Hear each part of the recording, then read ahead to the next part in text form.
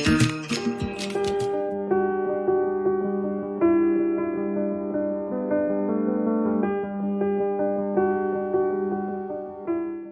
चाहूँगा इस प्रोग्राम में ज़रा सी ताख़ीर के लिए, और प्रोग्राम शुरू करते हैं। Welcome to the plenary session, and for this plenary session we will be speaking on institutionalizing the Hindi-Urdu difference, post-partition national discourse and debate. And for this I would like to invite Madam Kamna Prasad to the dais, Professor Sanjay Dwivedi sir,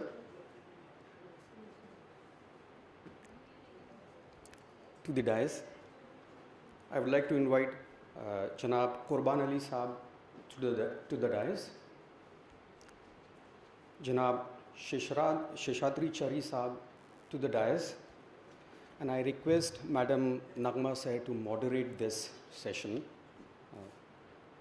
So let me just once again repeat, we will be discussing institutionalizing the Hindi-Urdu difference, post-partition national discourse and debate.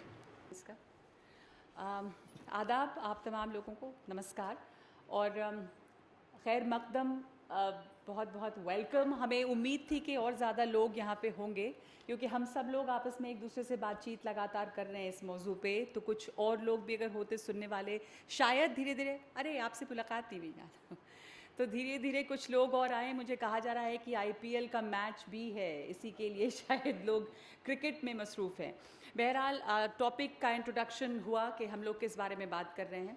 तो post independence इंस्टीट्यूशनलाइजिंग the Hindi Urdu divide, वो एक मौजू है, और जो हमारे तमाम मेहमान हैं उनसे आपका इंट्रोडक्शन हो गया है। मैं इस बात से शुरुआत करना चाहती हूँ कि उर्दू और हिंदी जो हैं वो कहने को दो ज़ुबान हैं, लेकिन दरअसल एक ज़ुबान है, और जो बोलचाल जैसे मैं अभी बात कर रही हूँ तो वो न उर्दू है न वो हिंदी है, वो हिंदुस्तानी है, और लफ्ज़ आपस में मिले जुले रहे, और यही रिवायत रही इसकी।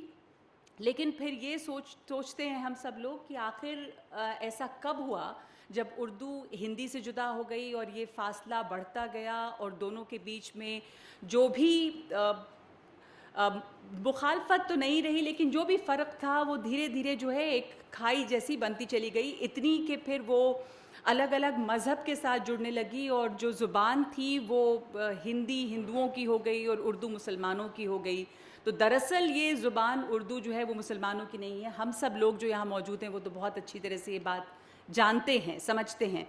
तो ज़बान दरअसल एक ही थी, लेकिन इसके ऊपर सियासत की कुछ परत चढ़ी और धीरे धीरे पोलराइजेशन हुआ और वो बढ़ती चली गई, और बहस वहाँ से शुरू हुई कि अगर ये हिंदुस्तानी ज़ुबान है तो किस इसका रस्मुल ख़त या इसकी जो लिपि है वो क्या हो, कैसे लिखी जाए। तो इसलिए हिंदी अलग हुई, हिंदी जुदा हुई, और उर्दू जो है वो जुदा हो गई। तो उर्दू में फ़ारसी और अरबी इसकी जो छाप है वो थोड़ा ज़्यादा मिलती है जब फैली उर्दू तो, और हिंदी जो है उसमें संस्कृत की छाप ज़्यादा मिली। शुरुआत मैं करूँगी कामना जी से, क्योंकि उन्हें जाना भी है, बहुत सारी बातें हैं उनके पास इसके बारे में कहने के लिए। पर उसके पहले मुनव्वर राना का एक शेर, जब से मैं उर्दू हिंदी के डिफरेंसेस के बारे में सोच रही थी, तो ये बहुत सादा सा पर बहुत मौजू है ये शेर, कि सगी बहनों का जो रिश्ता है उर्दू और हिंदी में कहीं दुनिया की दो ज़िंदा ज़बानों में नहीं मिलता। तो ये इसको बहुत खूबसूरती से समअप करता है। और एक और उसमें उसका एक शेर है कि लिपट जाता हूँ मैं जब माँ से और मौसी मुस्कुराती है, मैं उर्दू में गज़ल कहता हूँ और हिंदी मुस्कुराती है।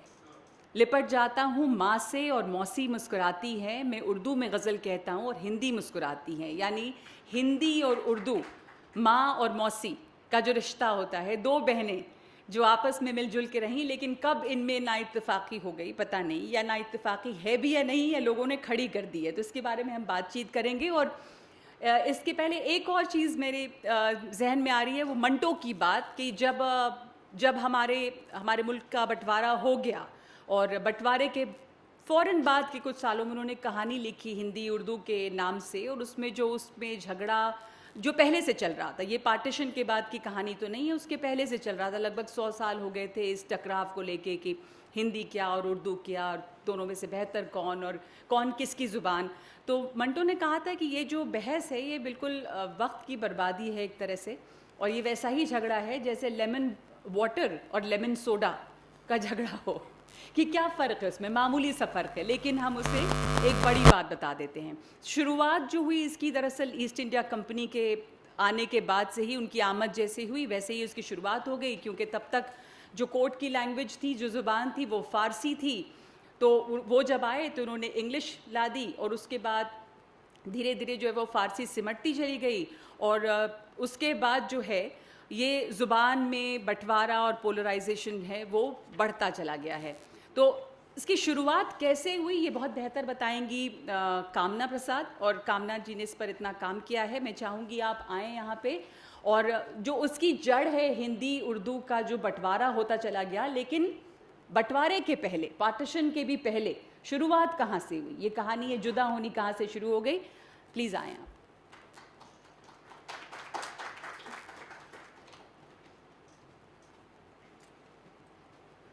शुक्रिया नगमा।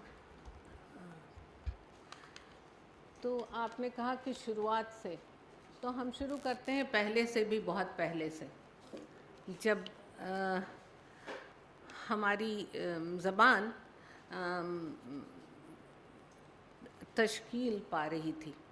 सबसे पहले तो अपनी ज़बान की तारीख़ पर एक तायराना नज़र डाल लें। तो दक्कन में हैं हम लोग, और तो हम बात शुरू करते हैं दक्कन से ही। बात जिसकी है उसी आफते जहाँ तक पहुँचे।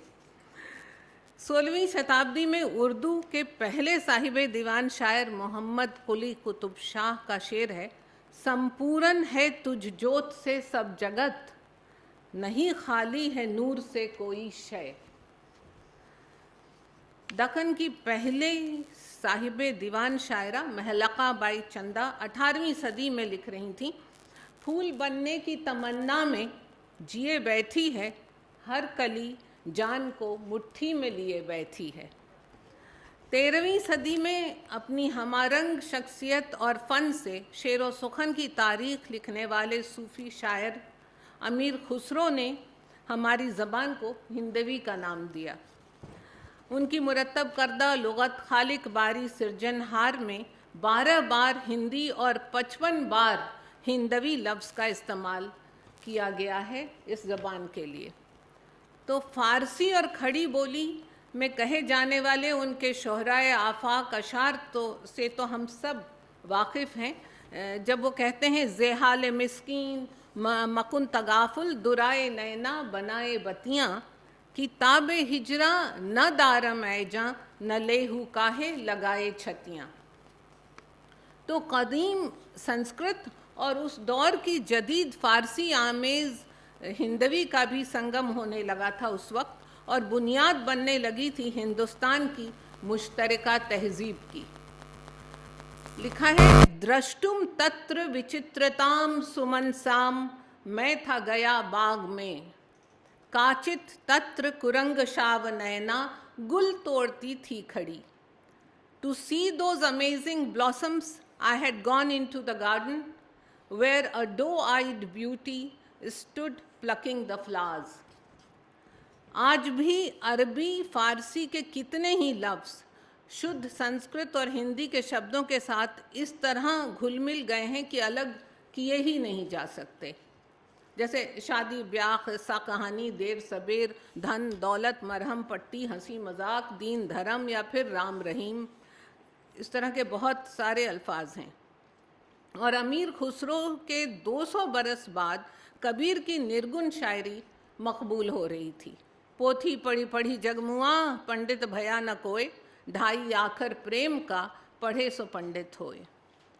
अकबर के दौरे हुकूमत में तुलसीदास इमाम हिंद की मुक़द्दस किताब श्री रामचरित मानस रच रहे थे, और लिखते हैं, गई बहोर गरीब नेवाजू, सरल सबल साहिब रघुराजू।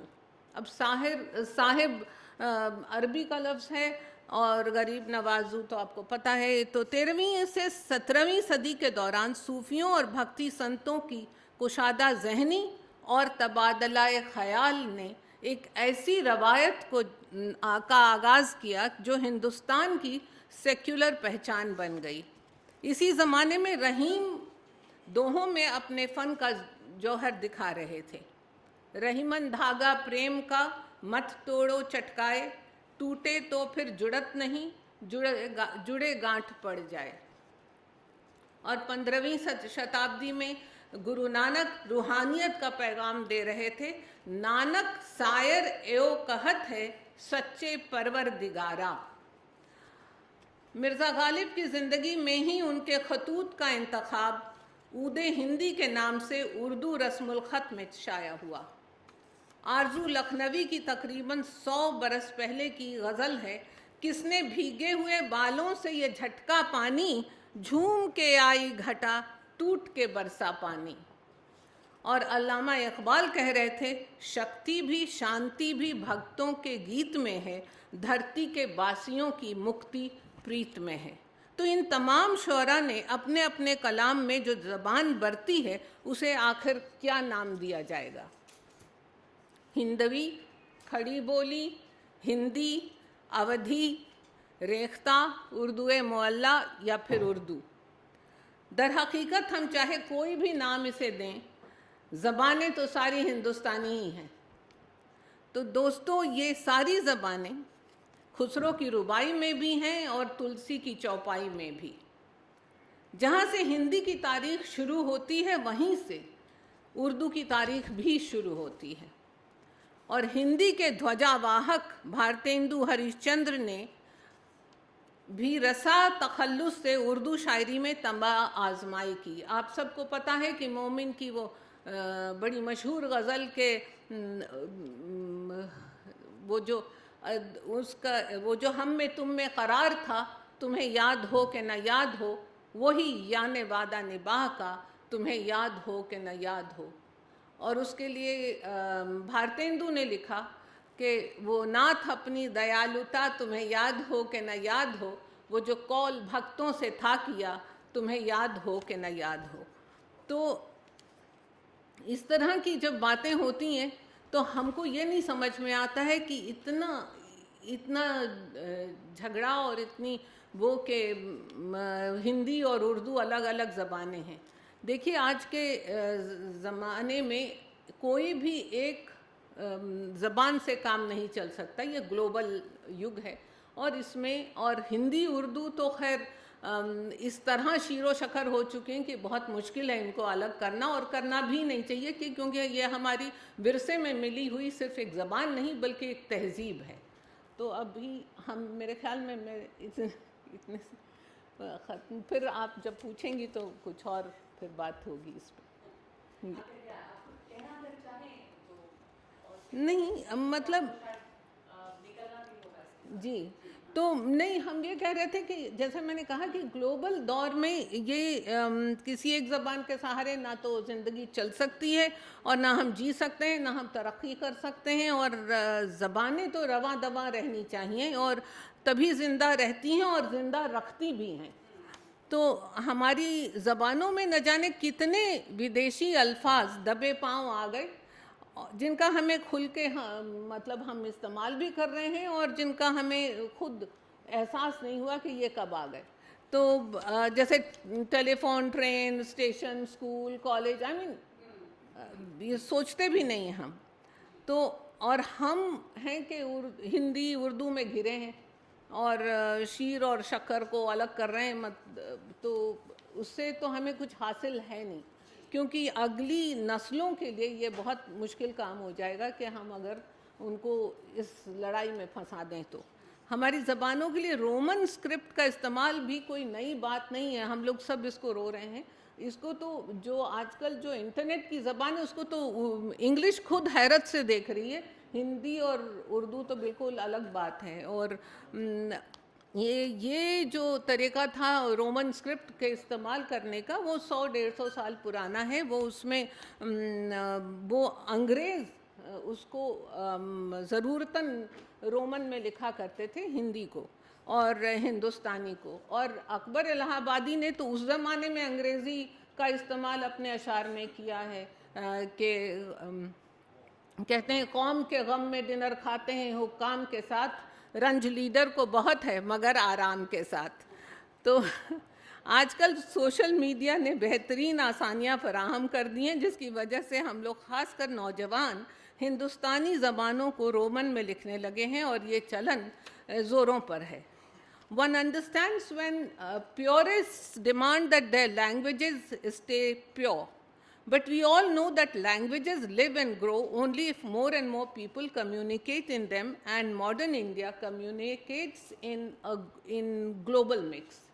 So ये भी एक मुश्किल है कि हम कहें कि सिर्फ एक ज़बान में आप बात कीजिए, क्योंकि वो वक्त नहीं है और ये इस तरह कहीं हम पहुंच भी नहीं सकते हैं।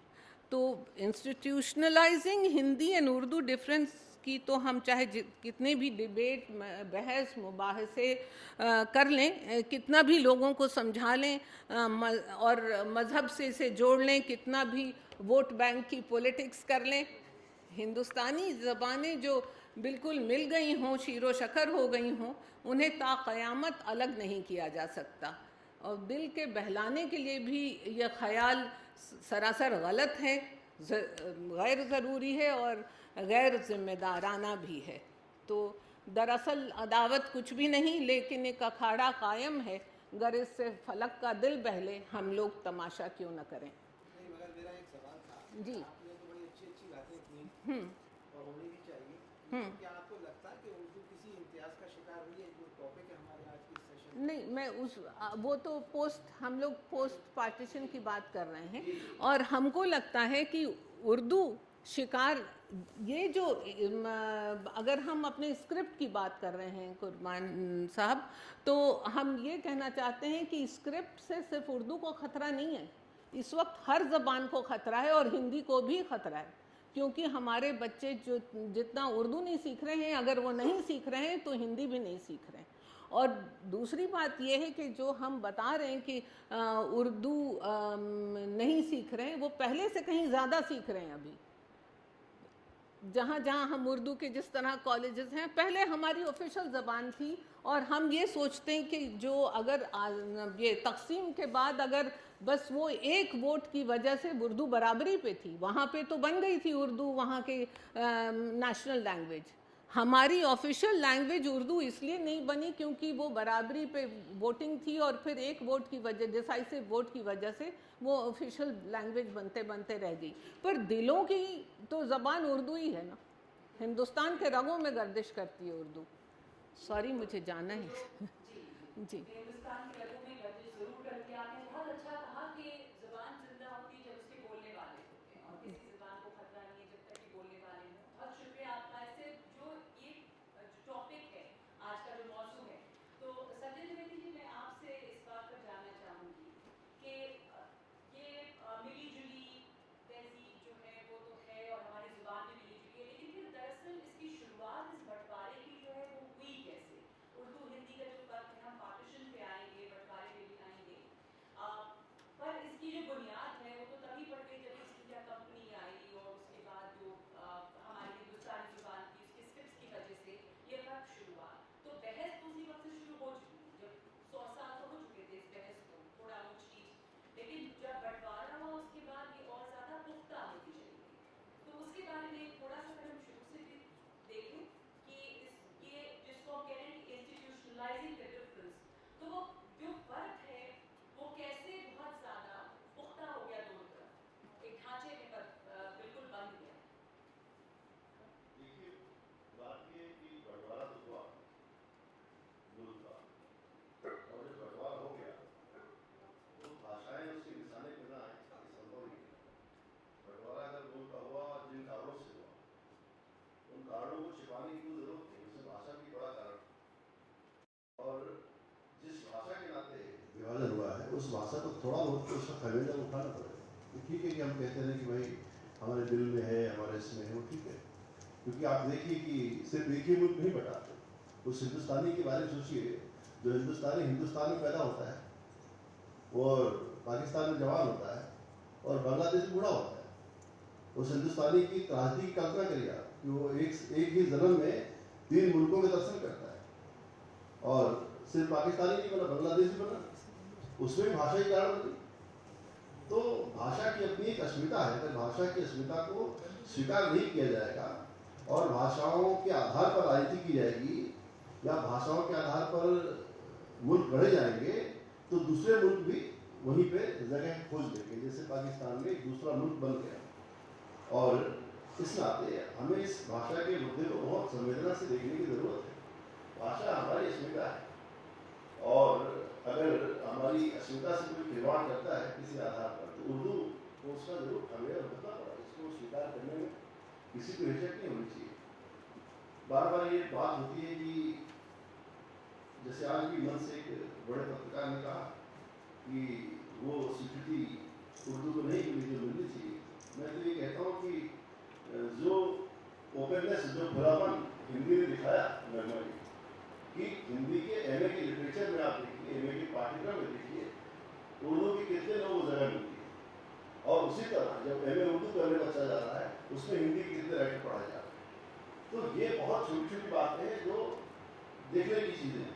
आप जितने उदाहरण कामना जी ने दिए, ये सारे के सारे जो है कविता के लोग, कहानी के लोग, ये सब के सब हिंदी पढ़ाए जाते हैं।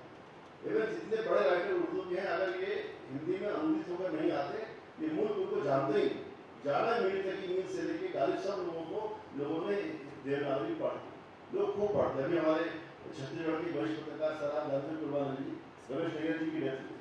रमेश नैयर जी को इतने शेर याद थे, वो शेर में बोलते थे पूरे समय, जबकि हिंदी जर्नलिस्ट आए थे पाकिस्तान से उस वक्त विभाजन के वक्त। तो बात ये विभाजन उसमें बहुत बड़ा एक भूमिका विभाजन की है, इसमें कहीं कोई जगह है।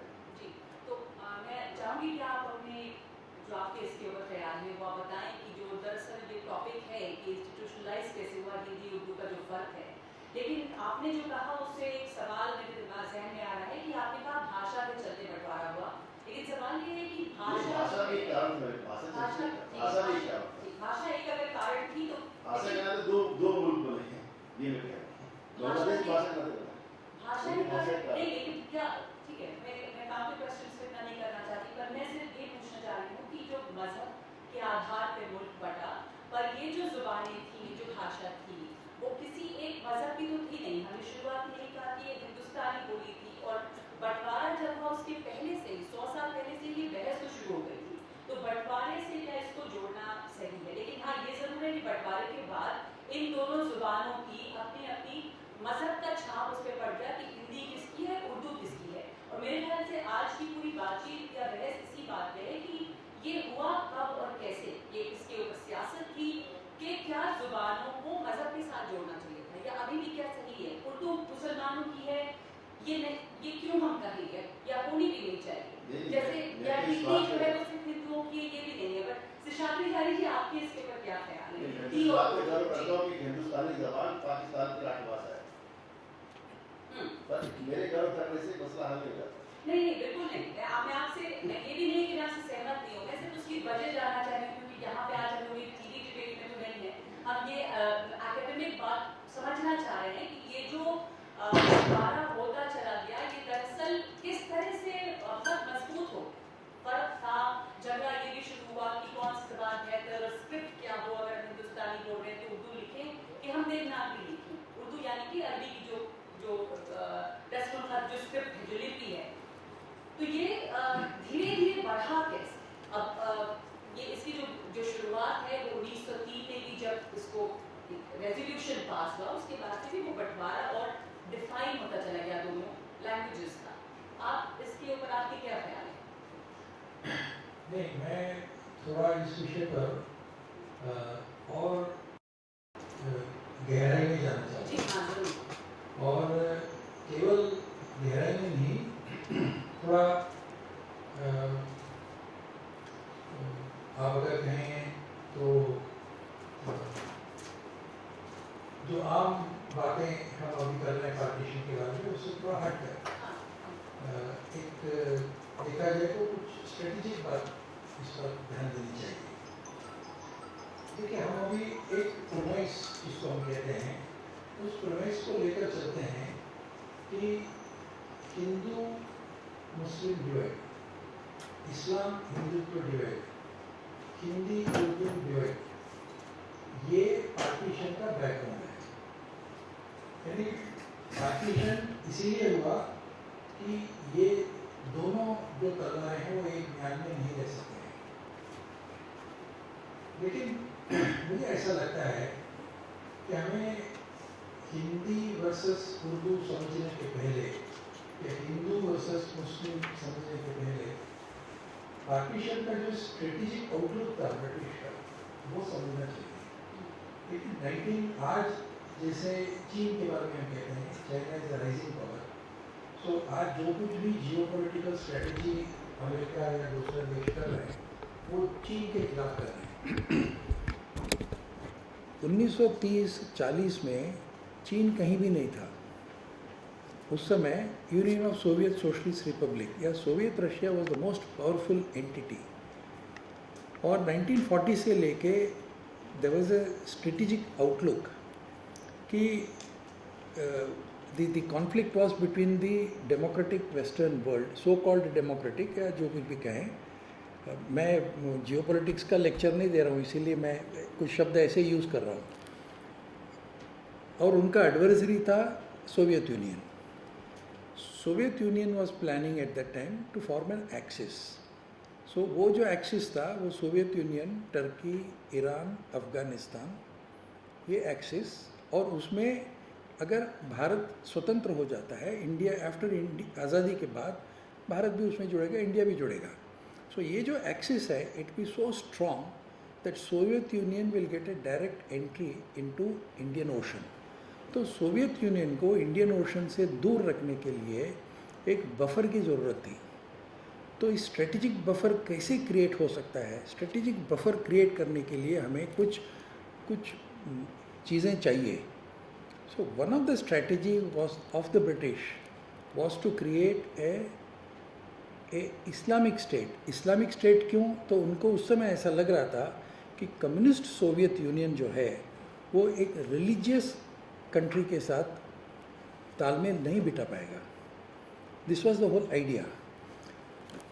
अब इस पर कई किताबें निकल चुकी हैं और नए सिरे से इस विषय पर पार्टीशन का असली मकसद क्या था इस पर काफ़ी अभी किताबें आ रही हैं और भी आएंगी। और छोटा सा कमर्शियल ब्रेक लेना है तो मेरी भी एक किताब आ रही है। सवाल ये है, सो वास्तव असलियत क्या था कि कैसे हम एक डिवीज़न क्रिएट कर सकते हैं, कितने डिवीज़न क्रिएट कर सकते हैं। तो रिलीजन है, लैंग्वेज है, ये सब ये they are double edged swords. तो ये जोड़ भी सकते हैं, तोड़ भी सकते हैं। तो हिंदी और उर्दू लोगों को जोड़ सकते हैं, तो हिंदी और उर्दू अगर लोगों को जोड़ सकती है तो तोड़ नहीं क्यों नहीं सकती है? रिलीजन अगर जोड़ सकते हैं तो तोड़ क्यों नहीं सकती है? अभी सिखों का विषय निकला, गुरु ग्रंथ साहिब में अनेक ऐसी चीज़ें हैं, लेकिन ब्रिटिशों ने सोचा कि भाई गुरु ग्रंथ साहिब को एक अलग करना पड़ेगा, सिखों को एक अलग करना पड़ेगा, इसीलिए सिख अलग हैं, सिख अलग रिलीजन है। और फिर गुरुद्वारा प्रबंधक समिति बनाई गई, यानी गुरुद्वारा में हिंदू नहीं जाएंगे और हिंदुओं का गुरुद्वारा में कोई बोलबाला नहीं रहेगा। ऐसा एक समय था पार्टीशन के पहले और पार्टीशन की काफ़ी बात भी कि गुरुद्वारा ये केवल सिखों का नहीं था, हिंदू भी जाते थे गुरुद्वारे में। ऐसा कोई नियम नहीं था कि आप ग्रंथ साहब अपने घर में नहीं रख सकते हैं, लेकिन उसने नियम बनाया। Anyway, I am not going into those details. तो ये हमें एक बैकग्राउंड ध्यान में रखना चाहिए। तो उसमें उस समय के माहौल में जितने ठंडे दिमाग से आज हम विचार कर रहे हैं, काश इतने ही ठंडे दिमाग से अगर 70-75 साल पहले दिमाग सोचे तो शायद न पार्टीशन होता, न हिंदी और उर्दू का विषय आज हम चर्चा करते। लेकिन फिर इतिहास में हम पीछे जा सकते हैं, इतिहास को हम उल्टा नहीं कर सकते हैं, but we can analyse this. फिर धीरे धीरे क्या हुआ, जियोपॉलिटिकल सिचुएशन में तो परिवर्तन होते गए, और फिर 47, 50s, 60s के बाद जब oil became the most important weapon and oil also became the most important element of wealth. तो धीरे धीरे the Gulf states became more powerful. तो geopolitical situation changed in such a manner that Gulf and the Arab states became so powerful. Arab states जब powerful हुए तो एक प्रकार से अब इस पर भी it's quite a controversial subject. I don't want to get into that subject in that detail. But एक प्रोसेस चला जिसको हम अरबाइजेशन ऑफ इस्लाम कह सकते हैं. तो ये अरबाइजेशन ऑफ इस्लाम जब शुरू हुआ तो अनफॉर्चुनेटली ये Urdu got sucked into the vortex of Arabization. तो इस वोर्टेक्स ऑफ अरबाइजेशन में जाने के कारण उर्दू का अपना पहचान, वो की अपनी पहचान नहीं है. Urdu was a language which was developed historically. इसलिए हम ये कह सकते हैं कि the beauty of उर्दू की जो नज़ाकत है वो it's more because of the Persian effect. तो ये पर्शियन इफ़ेक्ट जब आया उर्दू में तो obviously Urdu became very sweet. अभी भी Urdu is very sweet because of the Persian effect. But unfortunately whether we like it or not Urdu got involve in this Arabization process. इसीलिए हमें इन बातों को ध्यान में रखना चाहिए. हालांकि उर्दू और पर्शियन और जिसे हम हिंदी कह सकते हैं उसमें ज़्यादा अंतर नहीं है. लोग उस भाषा को समझते हैं. उर्दू में उर्दू का ग्रामर नहीं है. आप उर्दू अगर लिखना चाहते हैं तो हिंदी के ग्रामर का उपयोग किए बिना आप उर्दू लिख ही नहीं सकते हैं. यानी ये हम कहते हैं कि ये तो इत्तेफाक है, यह तो है, ये तीनों हिंदी है. इत्तेफाक एक शब्द है. एक लफ्ज़ को लेकर आप उसको आगे पीछे हिंदी का ग्रामर जोड़ते हैं और एक सेंटेंस बनता है. तो ये उर्दू की खासियत और विशेषता है. तो उर्दू का जो डेवलपमेंट हुआ ये इस तरीके से हुआ. तो इन बातों को यानी एक वैसे देखा जाए तो एक डीमिस्टिफिकेशन जो है, partition, Hindu Muslim divide, Hindi Urdu divide, इसको डीमिस्टिफाई करना पड़ेगा. अच्छा, उस समय क्या हुआ, ये कहा गया कि उर्दू जो है वो मुसलमानों की भाषा है, हिंदी हिंदुओं की भाषा है. मैं तमिलनाडु का हूँ. मैं आपको दावे के साथ कह सकता हूँ कि तमिलनाडु में मैं हिंदी नहीं बोल सकता हूँ. मैं तमिल तो भाषा हूँ, मैं तमिल बोल सकता हूँ, परंतु तमिलनाडु के हिंदू ने भी हिंदी को एक्सेप्ट नहीं किया. इसीलिए ये कहना गलत है. दूसरी बात, ये कहना कि उर्दू जो है वो मुसलमानों की भाषा है, वो हमने मान लिया. यानी पार्टीशन के समय की बात अलग है. We are not going visiting partition time. But ये जो एक फैलेसी है जो क्रिएट किया गया, उसको किसी ने उस समय काउंटर नहीं किया. क्योंकि उस समय वो काउंटर कैसे करते, वो एक ऐसा एक माहौल था, मतलब लाइफ एंड डेथ क्वेश्चन था. तो उस समय उसको लगा कि ठीक है ये सब बाद में देख लेंगे, लेकिन बाद में देखने का समय नहीं मिला. हालांकि उर्दू जो है वो मुसलमानों की भाषा नहीं है. तमिलनाडु का मुसलमान उर्दू बोलता नहीं है. कर्नाटक का मुसलमान कन्नड़ बोलता है, उर्दू नहीं बोलता है. इनफैक्ट एक डीएमके के एक सेशन में, इंटरनल सेशन था, उसमें एक बड़ी चर्चा हुई. और चर्चा का विषय क्या था कि ये जो अरबाइजेशन ऑफ इस्लाम हो रहा है उसके कारण हमारा प्रॉब्लम क्या हो रहा है कि जो मुसलमान तमिलनाडु में भी वणक्कम बोलता था एक समय में, वो आज सुभान अल्लाह कहता है या आदाब कहता है या हिंदी बोलता है. यानी उनके लिए उर्दू नहीं था, वो उनको पता नहीं ये उर्दू है क्या है. उन्होंने कहा ये हिंदी है.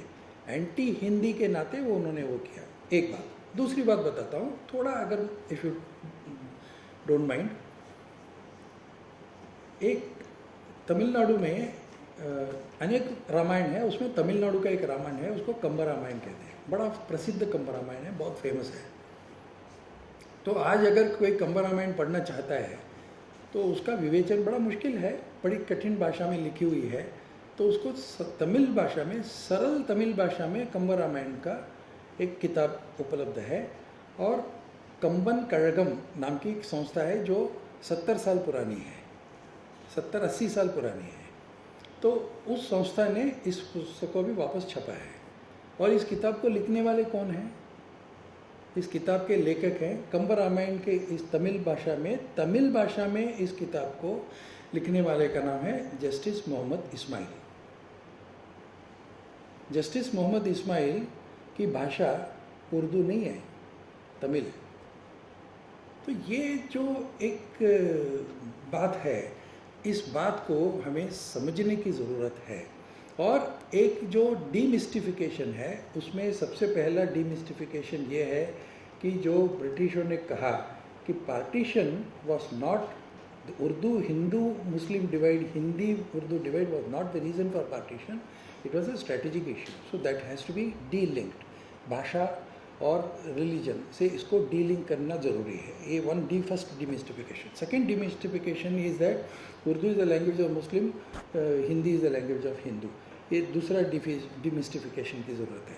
तीसरी डीमिस्टिफिकेशन की ज़रूरत है कि Urdu link is not with Arabic alone, but Urdu's link, the greater link is with Persian, and Persian has a very beautiful analysis of Persian language. Persian, Farsi is the only language in the world which is the official language of the country of its origin from beginning till today. आज भी Iran की जो official भाषा है वो फारसी है, gen अवस्था की भाषा भी फारसी है, वो Farsi is the only language in the world. और फारसी, उर्दू, हिंदी, संस्कृत, ये सब मिलकर there are so many words. अभी कामना जी ने कहा खीर कहा, हम भी कहते हैं खीर कुरमा कहते हैं।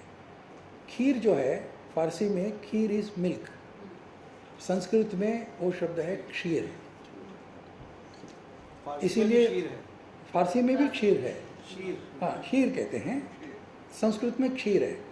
अच्छा, वहाँ ईरान में आप जाएंगे तो आपको वो बिना दूध का चाय पिलाएंगे, उसको बशीर चाय कहते हैं। बेशीर, बिना दूध का चाय, बशीर चाय, ये शब्द हैं। शबनम शब्द फारसी है, नम, नमी मतलब पानी, ये संस्कृत है, दोनों एक शब्द है। खाना पूर्ति, खाना ये फारसी है, पूरा करना, पूर्ति ये संस्कृत है। यानी ऐसे 250 शब्द है, आई कैन रिसाइट 250 वर्ड्स, जिसका फारसी, उर्दू, हिंदी, संस्कृत इसका मिश्रण है। इसलिए ये डीमिस्टिफिकेशन भी बहुत ज़रूरी है। ये पब्लिक मेमोरी से इन बातों को डीमिस्टिफाई करना पड़ेगा। ये सवाल अपना नहीं है, सवाल लोगों का है। लोगों के बीच में जाकर ये डीमिस्टिफाई करना पड़ेगा। ये हिंदी के जो प्रोटोगोनिस्ट हैं वो और उर्दू के प्रोटोगोनिस्ट दोनों को साथ में ये कहना पड़ेगा कि ये दीज आर द फैक्ट्स। शायद इससे बात सुलझेगी। तो मैं ये जानना चाहती थी आपके कुर्बान अली इसके ऊपर क्या ख्याल है। आपने बात की, बहुत अच्छी बताया कि उसका कॉज क्या रहा। कैसे हमेशा हम सब जानते हैं कि जैसे ज़ुबान है, कोई भी लैंग्वेज है, वो भी एक तरह से एक टूल की तरह इस्तेमाल की जाती है for division, for polarisation, you know, like religion and any other things. तो एक तरह से एक वेपन की तरह इस्तेमाल होती है। सवाल ये है कि आप जैसे कर्नाटका की बात कर रहे हैं, तमिलनाडु की बात कर रहे हैं, वहाँ के मुसलमान उर्दू नहीं बोलते हैं, वहाँ के हिंदू भी हिंदी नहीं बोलते हैं। तो ये झगड़ा जो हिंदी उर्दू का है, वो तो हम बात ये कर रहे हैं कि नॉर्थ इंडिया जो है, जो पहले नॉर्थ वेस्ट प्रोविंस का इलाका हुआ या फिर अवध का इलाका हुआ, या बहुत बड़ा इलाका जो अब हिंदी बेल्ट के नाम से जाना जाता है, वहाँ तो दरअसल पहले उर्दू बोली जाती थी, तो वो उर्दू बेल्ट रहा। उसी उर्दू बेल्ट से वो हिंदी बेल्ट हुआ। तो ये जो एक लैंग्वेज, एक ज़बान दूसरे के ऊपर हावी हुई या साथ साथ चली, या दोनों में जो बंटवारा हुआ, वो हुआ किस वजह से? और पार्टीशन के बाद वो वजह कुछ तो हमने जानी कि कैसे वो ईस्ट इंडिया कंपनी या अंग्रेज़ों ने वो सब किया, पर जब बंटवारा हो गया उसके बाद दोनों ज़बान दो मज़हब में बनती चली गई कुर्बान अली साहब। और उसकी वजह अब जाके वो क्या कोशिशें रही पार्टीशन के बाद, जिससे ये बहुत ज़्यादा और गाढ़ी हो गई दोनों तरफ जो पहचान। कि हिंदी के लिए भी किस तरह की कोशिश की गई कि हम इस्टेब्लिश करें कि हिंदी जो है वो सुपीरियर है या ज़्यादा जगह पर इस्तेमाल की जाए, या ऑफिशियल लैंग्वेज रहे, और वो दोनों में टकराव की स्थिति खड़ी हो गई ना। हालांकि हम तो बोलचाल में सब लोग इस्तेमाल कर ही रहे, आधे शब्द उर्दू के, आधे हिंदी के, तो ये बढ़ी कैसे बात? शुक्रिया नरमा, कामना जी तो चली गई, हम 3-4 लोग ही आपस में बात कर रहे हैं। जी आपने शुरुआत की थी मुनव्वर राना के शेर से, तो मैं भी उर्दू के ताल्लुक से एक शेर मुनव्वर राना का ही है कि हम न दिल्ली थे न मजदूर की बेटी, लेकिन काफिले जो भी इधर आए हमें लूट लिया। जी उर्दू की कहानी भी है। अभी शेषाद्री जी साहब कह रहे थे कि साहब तमिलनाडु का मुसलमान ना तो हिंदी बोलता है ना उर्दू बोलता है, तो चारी साहब पाकिस्तान का मुसलमान भी उर्दू नहीं बोलता। सिर्फ कराची शहर में आपको उर्दू मिलेगी। मैं लाहौर में नवाए वक्त और जंग, जो कि सबसे कसीर तादाद में शाया होने वाले अखबार हैं, उनके दफ्तरों में गया तो वहाँ काम उर्दू में हो रहा था, वो ज़बान पंजाबी बोल रहे थे। और उसके बाद उन्हीं दोस्तों के साथ जब लाहौर प्रेस क्लब में आया और 3 रात मैंने वहाँ ज़ाया किए समझने के लिए कि ये माजरा क्या है। हमें तो ये झेलना पड़ रहा है कि उर्दू की वजह से पाकिस्तान बना, और जिसके लिए बना वो पंजाबी में बात कर रहा है, वो पश्तो में बात कर रहा है, वो सिंधी में बात कर रहा है, वो बलूची में बात कर रहा है, काम भी उसी ज़बान में कर रहा है, क्योंकि वो उसकी ज़बान है ही नहीं। और मज़ेदार बात तो ये है कि जो पाकिस्तान के संस्थापक थे मोहम्मद अली जिन्ना, उनकी ज़बान भी उर्दू नहीं थी, तो सिंधी से भी ज़्यादा अंग्रेजी थी, क्योंकि तो अंग्रेज मॉडल।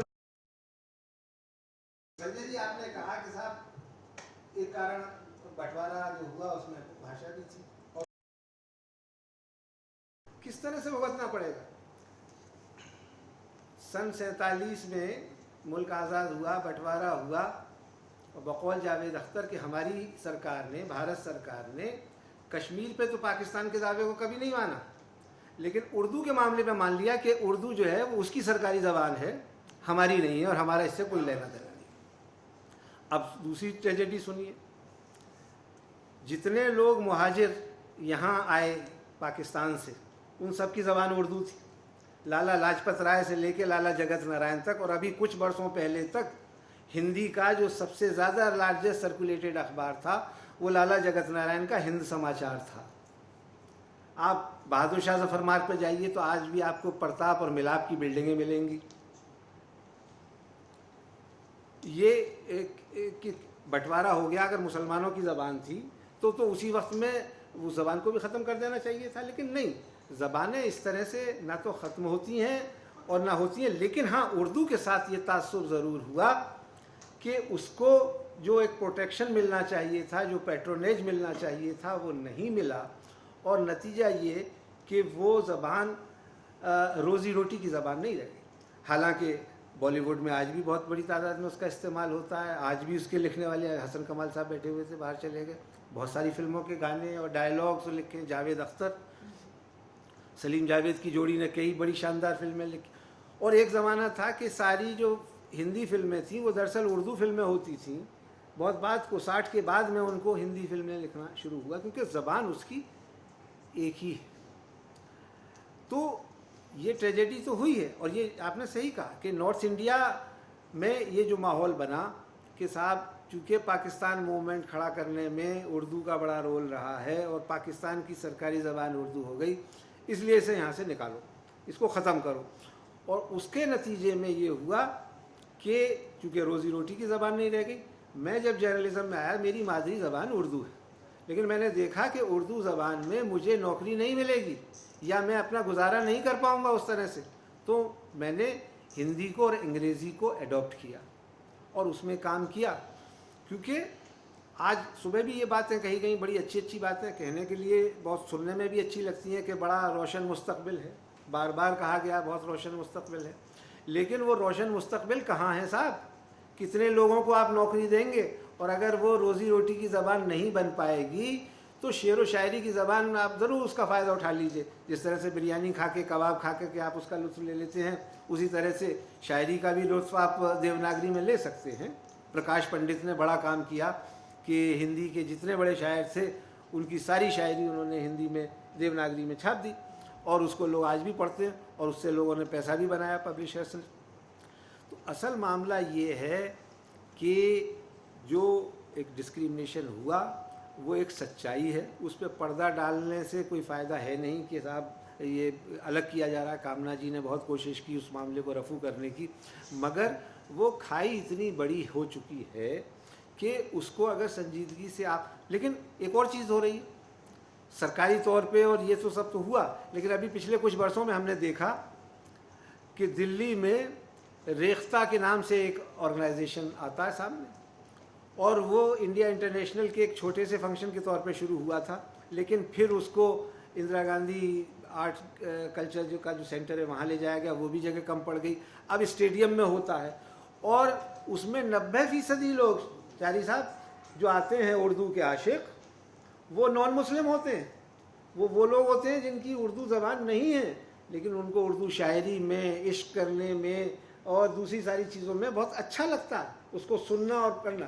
दूसरा एक जश्न अदब के नाम से, जश्न बाहर तो कामना प्रसाद करती हैं मुशायरा, जश्न अदब के नाम से कुंवर रंजीत चौहान हर महीने अब तो वो फंक्शन कर रहे हैं, और उसमें बड़ी तादाद में लोग आ रहे हैं, क्योंकि ज़बान शीरी है, अच्छी लगती है, बातचीत करना अच्छा लगता है, उसका बोलना अच्छा लगता है, उसका सुनना अच्छा लगता है, वो हो रही है।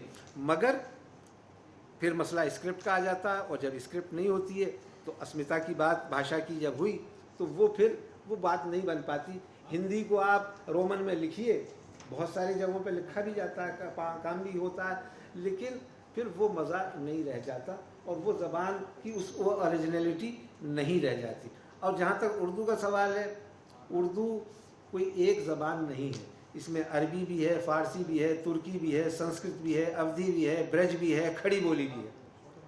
अब जब वो अमीर खुसरो लिख रहे थे, ज़िहाल मिस्की मकुन तगाफुल बराए नैना बनाए बतियाँ, सखी पिया को जो ना देखूं तो कैसे काटूं अंधेरी रतियाँ, और इसी से हिंदवी पैदा हुई, वही हिंदवी फिर उर्दू और हिंदी बनी, और इसीलिए ग्रामर वही है संस्कृत से जो आई है, हिंदी की भी और उर्दू की भी।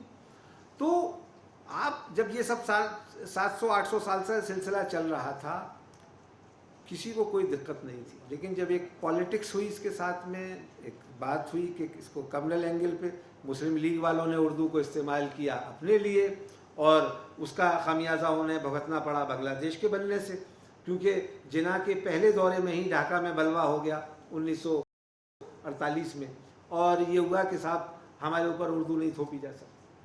और वो देखते हैं हम कि अभी यूपी में भी आज भी नारे लग रहे हैं कि उर्दू थोपी लड़कों पर तो खून बहेगा सड़कों पर। तो जब आपके दिल इतने सख्त हो जाएंगे और आपको ये बर्दाश्त ही नहीं होगा कि साहब आप दूसरी ज़बान एक ही है लेकिन स्क्रिप्ट बदली हुई है, उस स्क्रिप्ट को भी अगर आप टॉलरेट नहीं कर पाओगे तो फिर कोई मतलब नहीं रह जाता। अब माइनॉरिटी अफेयर्स की मिनिस्ट्री भी आपने बना रखी है, NCPUL भी बना रखा है, national council for promotion Urdu channel भी आपने दूरदर्शन का बना रखा है, लेकिन कहाँ चलता है, क्या आता है, कोई नहीं जानता उसको। और उसके अलावा कुछ यूनिवर्सिटियों में डिपार्टमेंट खुले हुए हैं, चूँकि फ़ारसी अरबी के भी खुले हुए हैं तो उर्दू का भी खुला हुआ है, लेकिन लगातार तादाद कम होती चली जा रही है, और वो ज़बान एक ज़बान के तौर पे कम से कम नॉर्थ इंडिया में, हिंदुस्तान में ख़त्म होने के कगार पर है। ये कहते हुए मुझे कोई गुरेज नहीं है।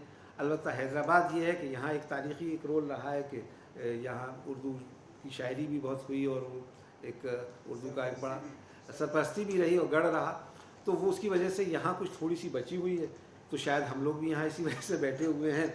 आप तसव्वुर कीजिए कि 200 साल का जश्न मनाया जाए उर्दू सहाफ़त का। दिल्ली में नहीं मनाया गया, पहला एक कलकत्ते में मार्च में मनाया गया था, और यहाँ अब ये मैं देख रहा हूँ। तो ये प्रोग्राम सरकारी तौर पर क्यों नहीं होते? हमारा पब्लिक इंफॉर्मेशन डिपार्टमेंट जो है PIB, वो क्यों नहीं करता? सरकार क्यों नहीं करती? क्योंकि ये ज़बान तो जोड़ने वाली है, प्यार करने वाली है। नफ़रत अगर आप फैला रही हो तो इसको बिल्कुल जेल में डाल दीजिए, बंद कर दीजिए। लेकिन अगर आपको लगता है कि ये प्यार मोहब्बत की ज़बान है, सद्भावना की ज़बान है, भाईचारे की ज़बान है, आपसी मोहब्बत को बढ़ाने वाली ज़बान है, तो इस ज़बान को कि सिर्फ इसलिए कि इसके ज़्यादातर जानने वाले अब मुसलमान हैं, आप उस ज़बान से नफ़रत कर लें। मैं समझता हूँ कि ये आप अपनी तहज़ीब को, अपने तमद्दुन को, अपनी संस्कृति को कम कर रहे हैं। लोहिया ने सन 57 में कहा था कि गालिब की शायरी को कोट करते हुए कि कोई जाहिल ही होगा जो अपनी इस सभ्यता और संस्कृति को कम करना चाहेगा, और सिर्फ इस बिना पे कि ये ज़बान मुसलमानों की ज़बान है, इस नाते से उसको ख़त्म कर दो। शुक्रिया। आपने पाकिस्तान के बारे में कहा, बहुत सही कहा कि पाकिस्तान की भाषा उर्दू नहीं है। पाकिस्तान की आइडेंटिटी प्रॉब्लम सबसे बड़ी है, इसीलिए उनके पास कोई भाषा ही नहीं है, उनके पास कोई इतिहास नहीं है, कोई बैकग्राउंड नहीं है, कुछ भी नहीं है।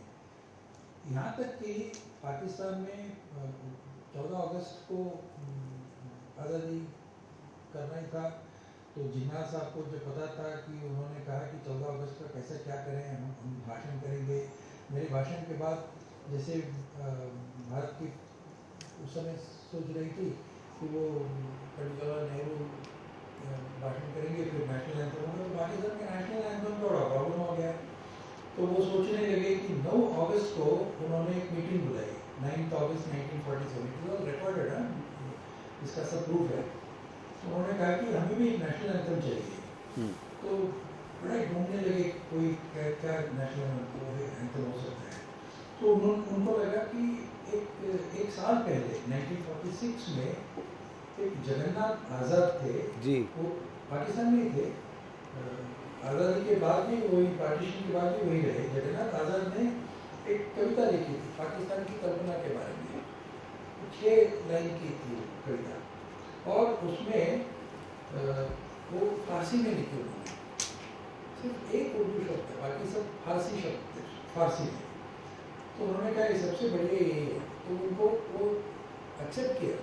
And that was the first national anthem of Pakistan which was played on 14 August 1947 in Pakistan radio.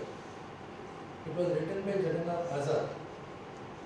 Partition के बाद भी वही रहे, बट फिर माहौल बहुत ख़राब होते गए, तो उन्हीं के लोगों ने, जो उनके दोस्त यार थे तो मुस्लिम थे, उन्होंने भी कहा कि हम आपको बहुत ज़्यादा प्रोटेक्शन अभी दे नहीं पाएंगे, आप चले जाइए। तो वो चले आ गए, भारत में आए, उनका बड़ा इंटरव्यू हुआ, वो सब अलग बात है। जिन्ना साहब गुजर गए 1 साल के अंदर आज़ादी के बाद। तो उसके बाद जो सरकार आई वहाँ पर, उनको लगा कि ये एक हिंदू में लिखा हुआ जो कौमी तराना है, वो हिंदू के लिखे हुए शायरी को हम कौमी तराना कैसे कह सकते हैं, इसको उन्होंने बंद कर दिया।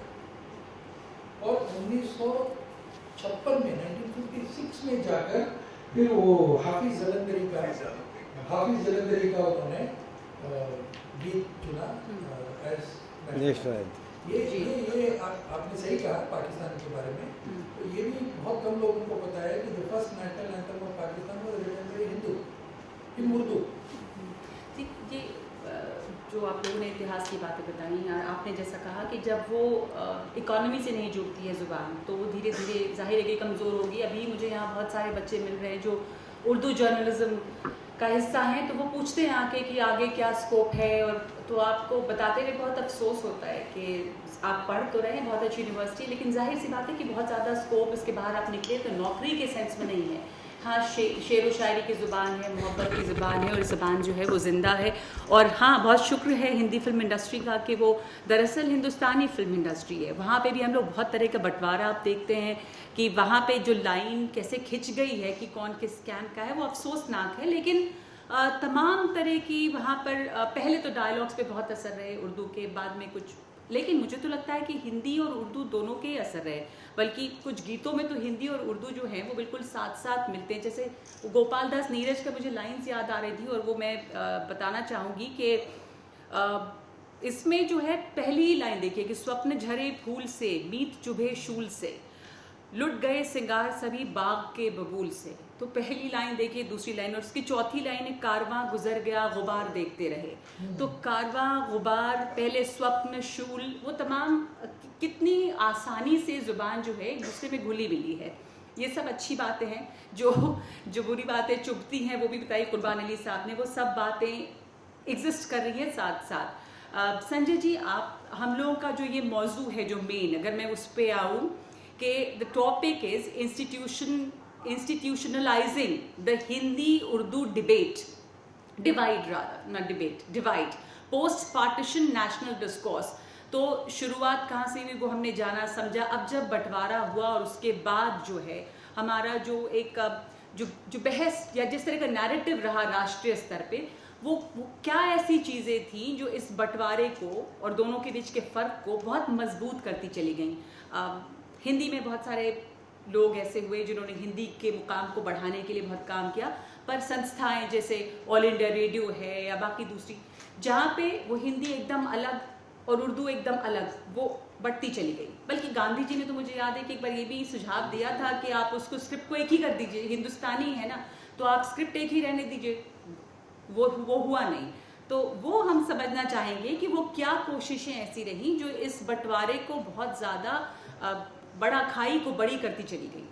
नहीं, मेरा मानना है कि वो जो बंटवारे की बातें थी वो लगभग खत्म, उस तरह की चीज़ें नहीं हैं।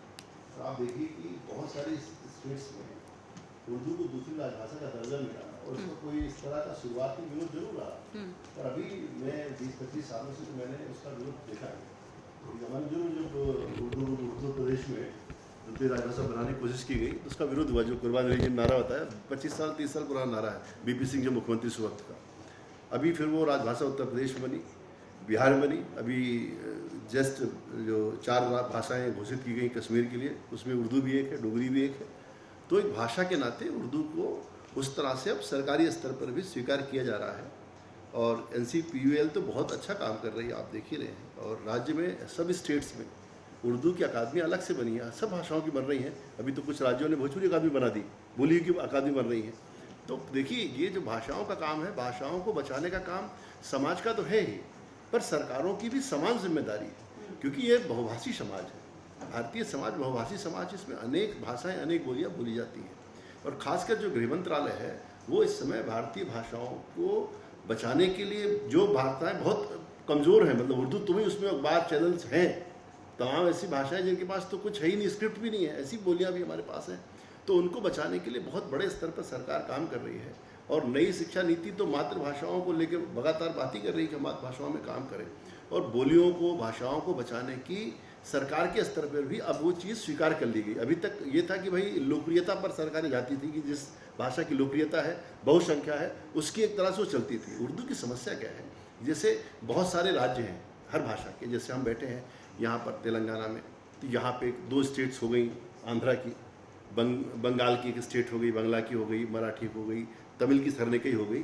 उर्दू की समस्या कही, उर्दू की अपनी कोई स्टेट नहीं थी, कश्मीर को छोड़ करके कोई स्टेट नहीं थी। जब कोई भूगोल नहीं होता किसी भाषा का तो राजनीति उसको संबोधित ही नहीं करती नगमा जी, क्योंकि उनको लगता कि कोई फायदा नहीं इस भाषा के साथ जुड़ने से।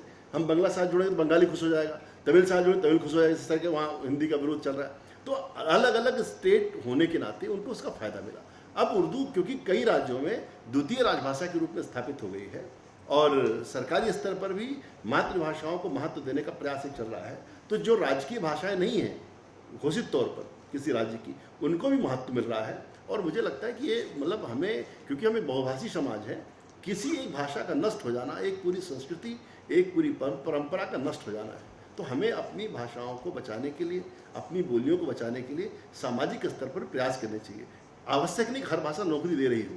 अगर हम नौकरियों पर जाएंगे तो राजस्थानी नौकरी नहीं दे सकती, भोजपुरी नौकरी नहीं दे सकती, अवधी नौकरी नहीं दे सकती, ब्रजी नौकरी दे सकती, संस्कृत में नौकरी नहीं दे सकती। वो सरकार के स्तर पर ही इनको संरक्षण किए जाने के प्रयास करने पड़ेंगे। आज आप संस्कृत को भी देखिए, उसका भी कोई भूगोल नहीं है, उर्दू जैसा ही हाल है, पर वो विश्वविद्यालय उसके खुले हुए हैं। आज ये मानो जैसा बड़ा विश्वविद्यालय केंद्र सरकार ने स्थापित किया है, कुछ तो सरकार की मंशा होगी कि भाई एक उर्दू में एक पाठ्यक्रम चले।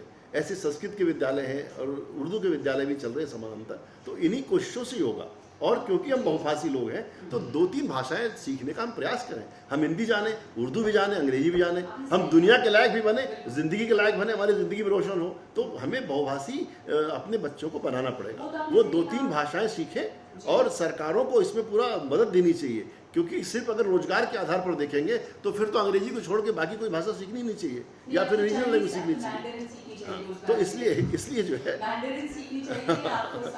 ये फ्रेंच आज स्कूलों में, कुर्बान भाई, स्कूलों में बच्चों को फ्रेंच सिखा रहे हैं, जर्मन सिखा रहे हैं। आप एक विदेशी भाषा सिखाते हैं पर एक अपनी भारतीय भाषा सीखने के लिए आपका अवकाश नहीं है। मुझे लगता है हमें अपनी भारतीय, एक हिंदी अंग्रेजी के साथ एक भारतीय भाषा जरूर सीखनी चाहिए। ये हमारा यहाँ से संकल्प लेके उठना चाहिए। हिंदी अंग्रेजी के साथ एक भारतीय भाषा जरूर सीखेंगे, वो जो भी आपके काम के लगे, जिससे आपकी मोहब्बत उसे सीख लीजिए। वो तो एक है कि आप व्यक्तिगत तौर पे आप क्या करना चाहते हैं और कितना आपकी दिलचस्पी, आपका रुझान कितना है। वैसे तो फ्रेंच और जर्मन के बजाय अब तो मैंडरिन सीखें तो बेहतर है, कोरियाई भाषा सीखें तो बेहतर है। आप उनके सॉफ्ट पावर देखें। लैंग्वेजेस तो ये है ना कि जिन जिन मुल्कों में इकोनॉमिक उभार है, वहाँ भाषा को, उनकी भाषा को बचाने के लिए आपको मेहनत नहीं करनी है। लोग खुद ब खुद मैंडरिन सीख रहे हैं क्योंकि नौकरियाँ मिल रही हैं, खुद ब खुद लोग कोरियाई भाषा सीख रहे हैं। यहाँ पर आपने बहुत सही बताया कि बहुत सारी कोशिशें हुई हैं। उर्दू स्क्रिप्ट से अगर हट के देखें, रोजगार से हट के देखें, तो उर्दू को किसी ने खत्म नहीं किया, न कर सकते हैं, क्योंकि हमारे बोलचाल में उर्दू है ही है। उर्दू और हिंदी का फर्क नहीं कर सकते आप। हिंदी की फिल्मों में है, गानों में है, कविताओं में है। आपने प्रेमचंद और अमृता प्रीतम की बात शुरू में कही नहीं, वो तो लिखते थे पर उर्दू भी लिखते थे। तो हिंदी के तमाम राइटर्स जिनकी जुबान जो है वो उर्दू रही, स्क्रिप्ट यानी कि वो लिखते रहे उसमें। और ये समस्या पूरे हिंदी बेल्ट की थी जहाँ उर्दू थी। आपने कहा कि राज्य नहीं था, लेकिन वही राज्य थे जहाँ पर उर्दू बोली जाती थी, जहाँ हिंदी हुई बात में। कश्मीर में तो दूसरी भाषाएं, कश्मीरी भाषा जो है वहाँ तो डोगरी भी है और घाटी में कुछ और है, उसके ऊपर संस्कृत का बहुत ज़्यादा प्रभाव है, उसमें तो कितने सारे लफ्ज़ हैं। लेकिन अगर कुर्बानी साहब इसमें आपको जोड़ना चाहें कि इस वक्त की जो, और आप भी शादी शायद फिर उसके बाद इस बात को बहस तो लंबी इसके ऊपर चलेगी, जो पॉलिटिक्स इसके ऊपर अभी भी हम देखते हैं, अभी भी जो बात होती है वो ये होती है कि उर्दू यानी कि हम मुसलमान उसके लिए रो रहे हैं। मुसलमान क्यों रोए उसके लिए? वो मुसलमानों की जुबान क्यों हो और कैसे हो गई? या अभी भी उसको वो पहचान देना कितना सही है? उर्दू में तमाम लोग सीखते हैं। आपने कहा रेख्ता, रेख्ता का ऑर्गेनाइजेशन कौन ऑर्गेनाइज कर रहे हैं? रेख्ता जश्न अदब कौन ऑर्गेनाइज कर? ये तमाम लोग हैं जो उर्दू को एक तरह से मुआशरा भी बना के वहाँ से उनको फ़ायदा भी है। तो वो तमाम चीज़ें चल रही हैं, फिर क्यों वो कुछ मुसलमानों के ऊपर ही थोपी जाती है और उसका खामियाजा वो भुगतते हैं, हालांकि उर्दू का इस्तेमाल करके दूसरे लोग जो उससे फ़ायदा भी उठा रहे हैं उनको उसका खामियाजा नहीं भुगतना पड़ रहा। देखिए, सियासत जो है वो बहुत ही क्रूड होती है और उसमें ये हमने देखा है कि जब ये मान लिया गया कि उर्दू मुसलमानों की ज़बान है, तो पहली बार यूपी में एच.एन. बहुगुणा साहब नाम के एक शख्स हुए चीफ मिनिस्टर, कि उनको ये लगता था कि मुसलमान उनका वोटर है और वो मुसलमानों को खुश करने के लिए कुछ काम करें तो वो उर्दू को दूसरी सरकारी ज़बान बनाने की बात की। दूसरा काम, जगन्नाथ मिश्रा साहब बिहार में चीफ मिनिस्टर हुए, उन्होंने उर्दू को दूसरी सरकारी ज़बान बनाने की बात कही। लेकिन किस तरह की सरकारी ज़बान बनी यूपी में कि साहब, अगर आपको कोई प्रार्थना पत्र देना है, कोई अर्जदाश्त देनी है उर्दू में, तो साथ में उसका हिंदी में ट्रांसलेशन भी लगाइए। अब कौन आदमी ये चाहेगा कि मतलब वो, उसके लिए तो लिखना ही मुश्किल काम है। पहले तो वो हिंदी में लिख करके उसका काम चल रहा है तो उसी से चला लेगा। क्यों वो इतनी कुर्बानी देगा कि साहब पहले उर्दू में लिखे, फिर उसका तर्जमा लगाए, फिर उसकी उम्मीद करे कि उसका जवाब जो है वो उर्दू में उसे आए। तो ये पॉलिटिक्स हुई। ये सियासत जब तक वोट बैंक के नाम पर होती रहेगी और जब तक ये नहीं होगा कि साहब, अब मैं जो मौजूदा डिस्पेंसेशन है उसके बारे में कुछ नहीं कहना चाहता, क्योंकि आप इंक्लूसिवनेस की बात करते हो, आप सबका साथ सबके विकास की बात करते हो, लेकिन 400 एमपीओं में से आपका एक भी मुसलमान एमपी नहीं होता और उसे आप कहते हो कि ये पार्टिसिपेटरी डेमोक्रेसी है, तो माफ़ कीजिएगा, इस तरह से मुल्क नहीं चला करते। और ये चीज़ें जो हैं डिवीज़न पैदा करती हैं। सवाल ये है कि मज़हब के नाम पर मत कीजिए, लेकिन ज़बान के नाम पर तो कम से कम ये बंटवारा मत कीजिए, उसको तो कम से कम मत काटिए। क्योंकि अनगिनत बात, जितने हमारे शौरा हुए हैं, शायर हुए हैं, अदीब हुए हैं, अगर आप देखें तो अगर 50% नहीं तो कम से कम 25% लोग 1947 तक और उसके बाद भी कुछ अर्से तक वो नॉन मुस्लिम्स रहे हैं। तो मज़हब की तो ज़बान नहीं थी वो मुसलमानों की, क्योंकि आप जाइए इवन दिल्ली के नज़दीक राजस्थान है, राजस्थान के मुसलमान को उर्दू नहीं आती। यूपी बिहार को छोड़ दीजिए आप, और कश्मीर और बंगाल में थोड़ा सा और हैदराबाद, कहीं आपको उर्दू मिलेगी नहीं। तो बाकी, लेकिन एक अगर आप समझते हैं कि एक रिच हेरिटेज है ये आपकी, तो इसको बचाने की, प्रिजर्व करने की कोशिश होनी चाहिए। जैसा संजय जी ने कहा, वो कोशिश सरकारी सतह पर ही हो सकती है। समाज चाहे जितना कर ले, अगर समाज कर सकता है बहुत अच्छी बात है, लेकिन समाज बहुत ज़्यादा नहीं कर सकता। इसलिए सियासतदानों को ये समझना होगा कि इस मुल्क को अगर एक रखना है, इसकी सालमियत बरकरार रखनी है, इसकी विविधता को बरकरार रखना है, तो हमें वो सारे काम करने पड़ेंगे जिससे लोग आपस में जुड़ सकें, ना कि टूटें। जी, आप तो जोड़ना चाहेंगे, फिर हम ये सेशन बातचीत बंद करेंगे। ये एक बात तो सही है कि सरकार को कुछ करना चाहिए, लेकिन मुझे ऐसा लगता है कि ये सारी जो बातें हैं एक डिविजन टेंडेंसी अगर है तो उसको दूसरी तरीके से भी देखना चाहिए। सिर्फ सरकारी तरीके से देखा जाए, यानी सरकार को हम सब चीज़ों में इन्वॉल्व करें और सरकार करे ये नहीं करे, इससे होगा नहीं। मुझे ऐसा लगता है कि पब्लिक मूवमेंट जिसको हम बोलते हैं वो पब्लिक मूवमेंट भी होना चाहिए। पब्लिक मूवमेंट अगर होगा तो इस पर परिवर्तन हो सकता है। आज उर्दू के खिलाफ या हिंदी के खिलाफ न मुसलमानों के मन में कोई है न हिंदू के मन में कोई है। ये विषय हिंदू मुस्लिम के बीच में नहीं है, ये मुस्लिम लोगों के बीच में नहीं है, ये एकेडमिक्स के बीच में नहीं है, ये राजनीतिक विषय है। इसलिए जितना आप सरकार को इन्वॉल्व करोगे उतना और गंभीर मसला बनते जाएगा और पेचीदा होगा मसला।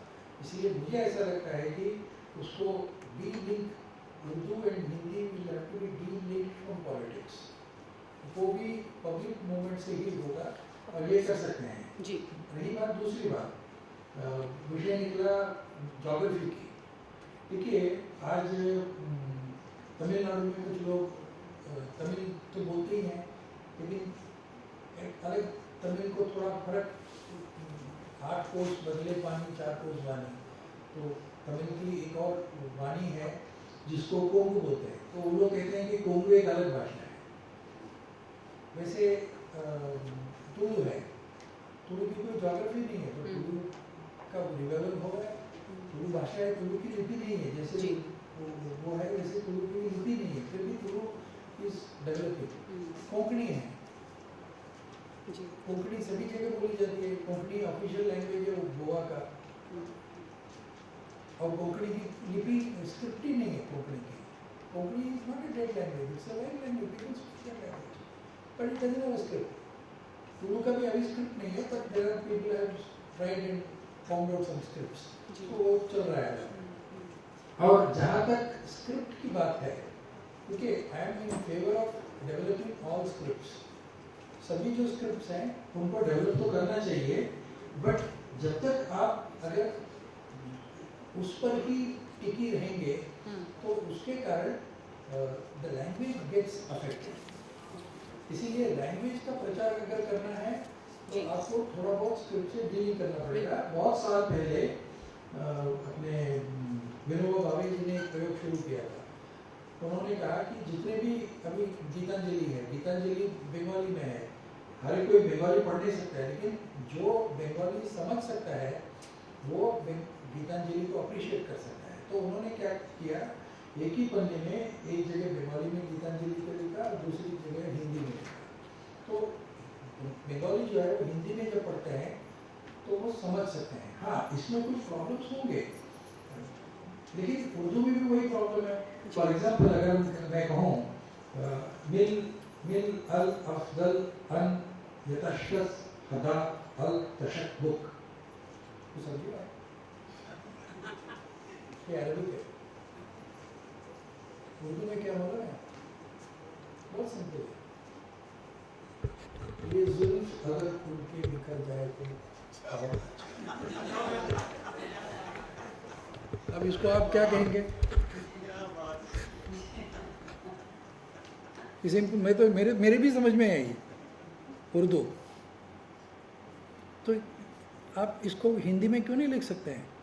I like that song very much incidentally, इसीलिए मैंने वही उसको मैंने एक अरबी मित्र से लिखवाया। अब उसने मुझे उर्दू स्क्रिप्ट में लिख के देखा, मैंने कहा ये मैं कैसे पढ़ूंगा, तो मुझे हिंदी में लिख के दो। तो हिंदी, इंग्लिश, अरबिक स्क्रिप्ट जिसको हम बोलते हैं उर्दू स्क्रिप्ट में लिख के दिया। बट ये वेरी सिंपल सेंटेंस, ये जुल्फ अगर पुल के बिखर जाए तो अच्छा है, ये वाक्य है। अब इसको क्या कहें हम? इसीलिए मैं I am in favour of languages. अच्छा, लैंग्वेजेस में परिवर्तन नहीं, स्क्रिप्ट में परिवर्तन नहीं हुआ ऐसा नहीं है। तमिल में बहुत बड़ा परिवर्तन हुआ है। तमिल में बहुत अक्षर थे।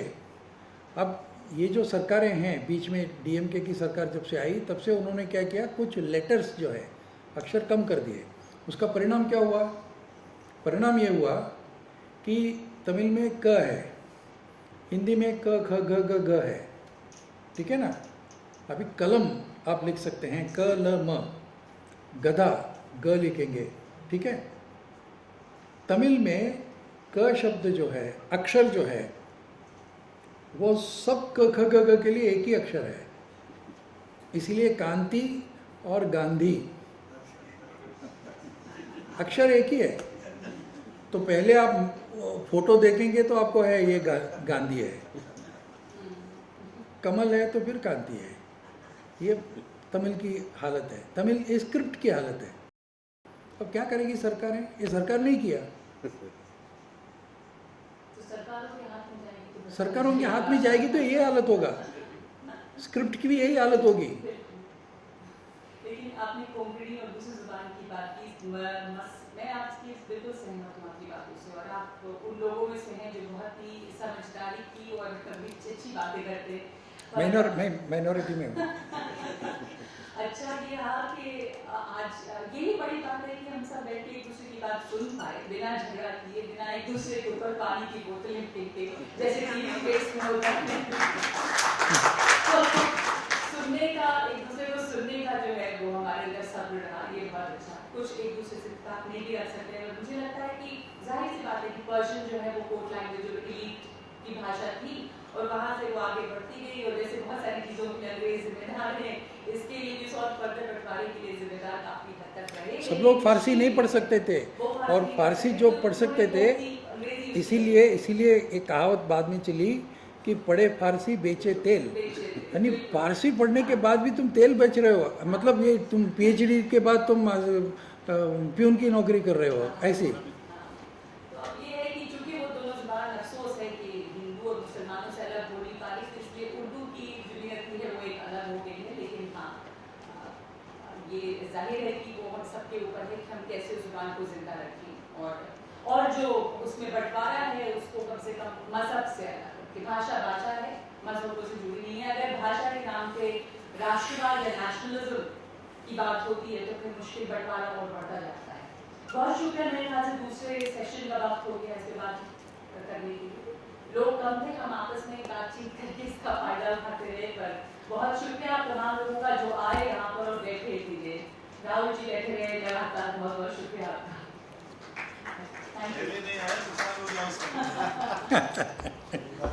स्वागत जी आए जी, शुक्रिया। So I convey my most heartiest thanks to the discussants. Madam Kamna Prasad, who had to leave early. Professor Sanjay Dwivedi, thank you so much, sir. बहुत बहुत शुक्रिया सर। कुर्बान अली साहब सर, बहुत बहुत शुक्रिया। Seshadrichari sir, thank you so much. Nagma ji, बहुत बहुत शुक्रिया आपका। और देखिए, यही इसके मकसद इस कॉन्फ्रेंस का शायद यही है कि इस किस्म की बहस छिड़े, इस किस्म के मिजाज से वाकिफ़ हों, इस किस्म के मौज़ूआत पर जो है वो बहस हो।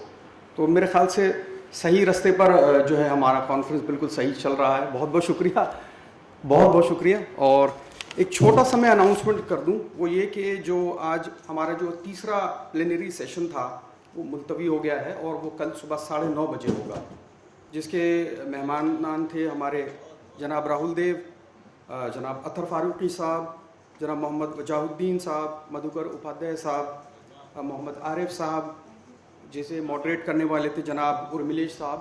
तो ये अभी होने के बजाय ये कल सुबह 9:30 बजे होगा। अभी के लिए मैं जो है वो 5 मिनट का हम ब्रेक ले लें, फ्रेशन अप हो जाए, और आज दिन का आखिरी का जो सेशन है उसके लिए मैं दावत दूंगा। तो मेरे ख्याल से आप 5 मिनट के लिए फारुक हो जाएं। अगर कब है और कहाँ है? यही है जरा, क्या उसका मौजूद मैं बता देता हूँ। बिल्कुल बिल्कुल।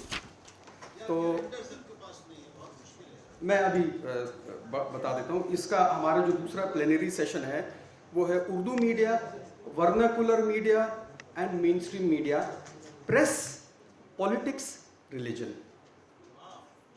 प्रेस, सियासत और मज़हब।